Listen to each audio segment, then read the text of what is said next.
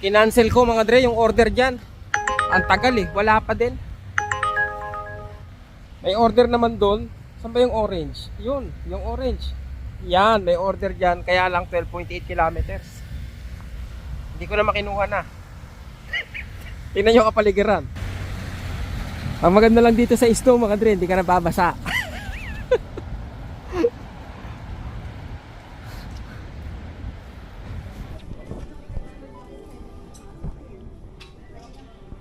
yung itang item di ko maitkan. Nabulol eh no. Hindi ko ma-scan yung isang item mga dre no. Tumawag na ng technical manager.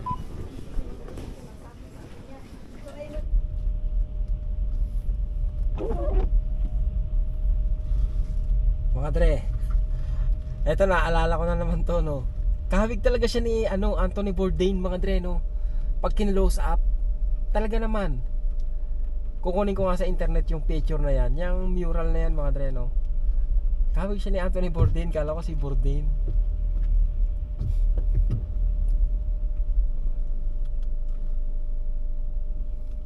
Dito tayo sa downtown mga dre no.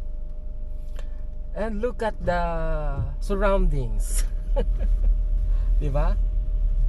Pero it's fun mga dre no, na mag-deliver sa ganitong sa ganitong season ba, sa ganitong weather. Kaya lang medyo may kalamigan mga dre no. Madulas pala yung yung kalsada.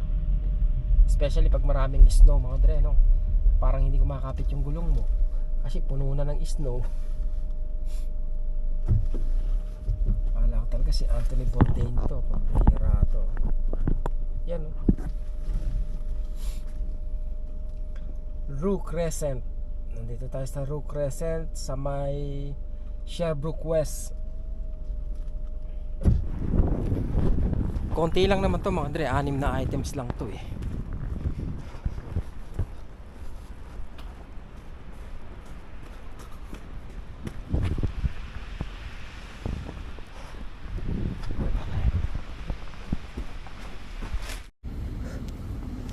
Tingaling, are you listening? Tininin. Nakakatawa naman yung snow mga dre no. Wow.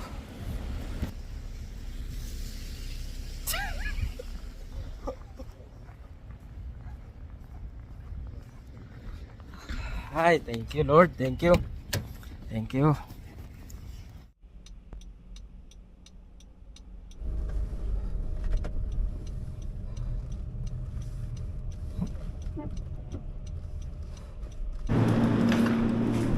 Dito ako nag-deliver mga dre sa Montreal General Hospital.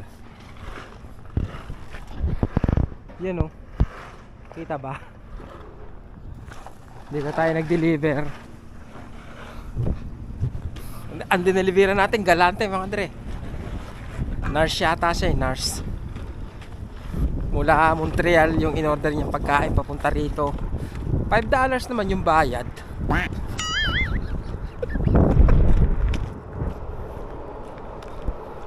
Sa labas ako nagpark, nadadala na ako pumasok mga dre no.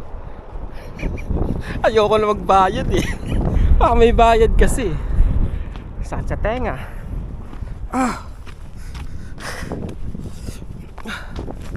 Hindi naman masyadong malamig mga dre. Kaya lang pag na-expose ka long enough, masakit na sa balat, masakit sa mukha, masakit sa tenga. Tenga ang unang sumasakit mga dre.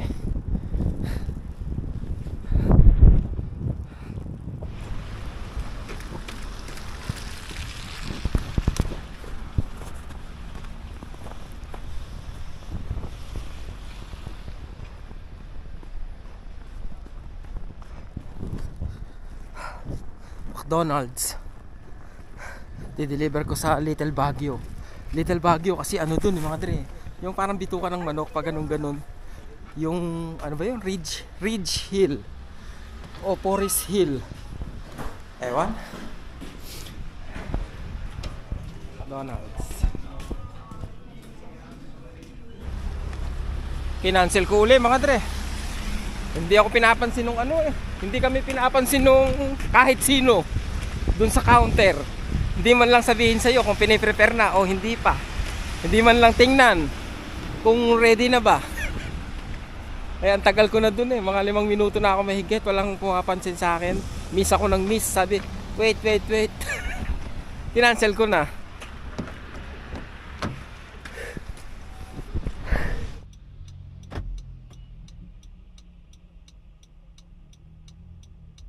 Dito ko pinikap yung isa. Yung isa doon. Lakarin ko na. Yun, yung Pule Rouge. Kasi naalala ko talaga mga Dre nung nag-pick up ako sa downtown. Yung tawag dito, ang layo ng inikot ko. Ilang minuto yon. Yung pala yung isang pipick upan ko nandun lang sa may katapat nung pinagdeliveran ko. Pambihira oh. Pule Rouge. Mga inihaw na dyan mga Dre. Yung inihaw na maliliit na chicken tenders. Baka naman di mo alam.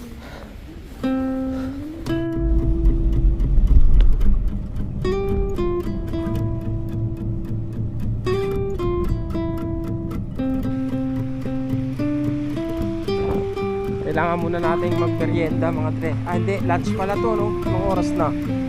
3:00, lunch time. After magpapagas tayo.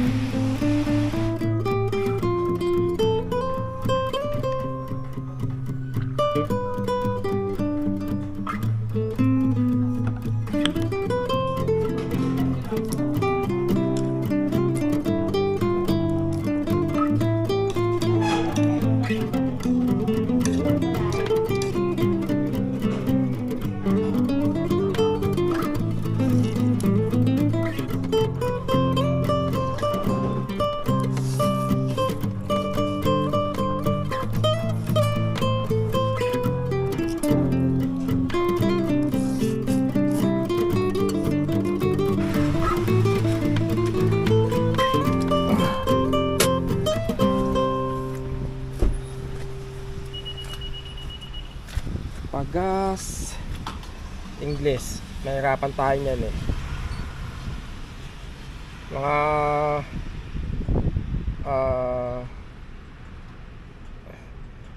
Mga ano lang 50 no, teka lang. Tingnan natin ha, 55.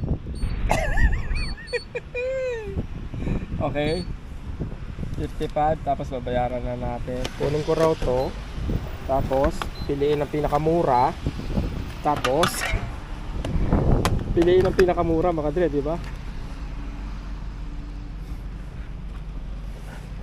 Yun, doon lang ako kanina kumain mga Dre, no. Yan sa may maliit na parang bubong na puti.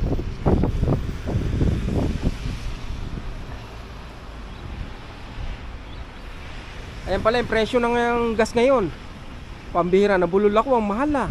Parang 159 lang nung nakaraan yan ah. Ano yan mga Dre no? $1.66.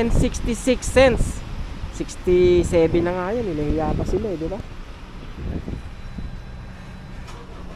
Teka lang, malamig. Malamig sa kamay. Tingnan natin mga Dre kung mauubos yung ating $55. Mauubos nga, kulang pa. Pinapos pa ng konti yan sigurado.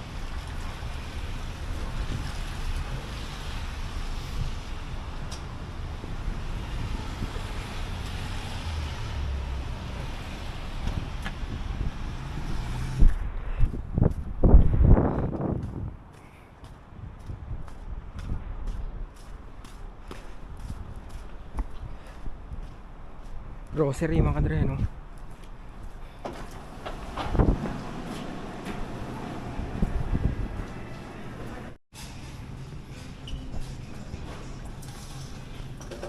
Bigas. Kalahating kilo mga Dre no. Nagkakalahating kilo. Nakatuwa naman. Pero hindi ko pa kita hinahanap ko eh. Ito na yun ang pamili ko. May kasabay yung grocery mga Dre no. Hamburger. Dito sa B12. Nag-i-snow pa rin mga dre, no? Anong oras na ba? Ang oras ay 4:59 mga dre.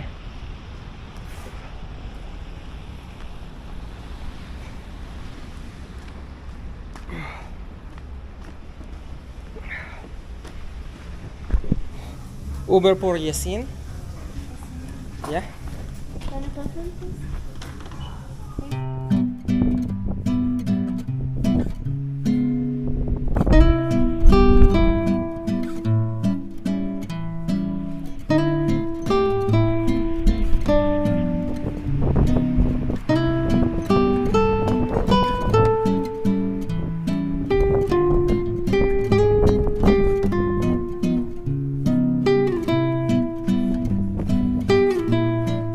Sabi niya, hello po, ingat po kayo.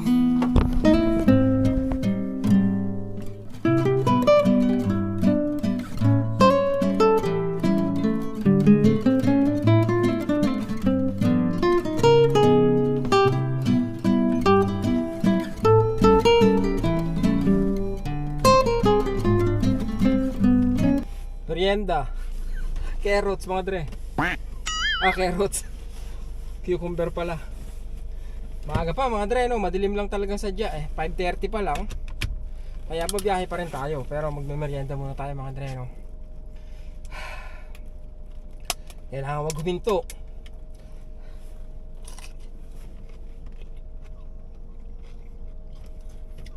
First time ko ngayon mag-deliver mga dre, no? Nang ganito yung panahon. Okay naman. So far nakaka 115 na ako mga dre, no? 115. Alas 5.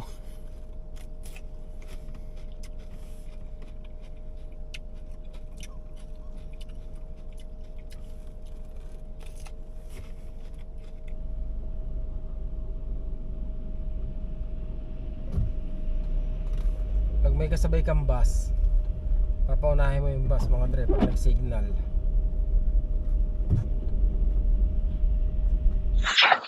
Lakas ng hangin.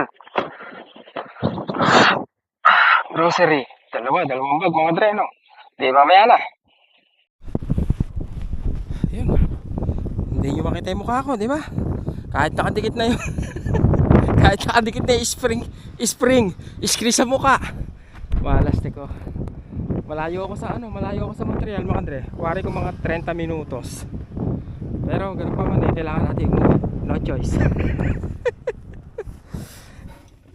Mga dre, napakadilim natin eh. Ano ba gagawin natin? Yan.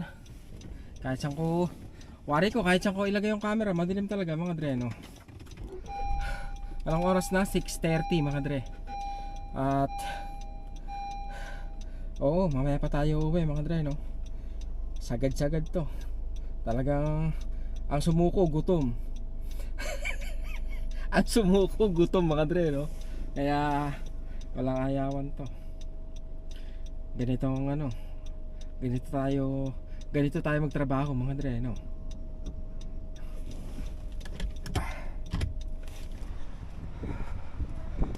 Alas 7:20 mga dre. Tuloy pa rin yan chika.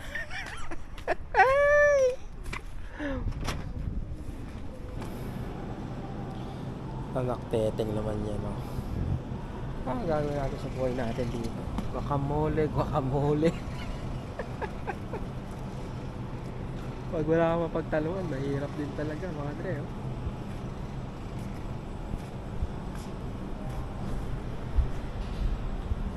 Wow, ang puti ng mukha ko. Tapos lang natin mag-deliver mga dre dito sa harap, no? Diyan sa bahay na yan. Anong oras na? Tingnan natin. Op, yun. 8:24. Linggo ngayon mga dre, ha. May pasok pa tayo bukas. Pero ganun talaga, no? Pag gusto mong kumita ng pera, may makakapigil pa sa'yo, di ba? Sa bakasyon. Huwag alam kung tatapusin ko na rito o lalabas pa ko. Malaman. Talagang ano lang, tsagaan lang, tayo naman yan. Umulang bumagyo. ayos lang. Basta may kita. What's the rush?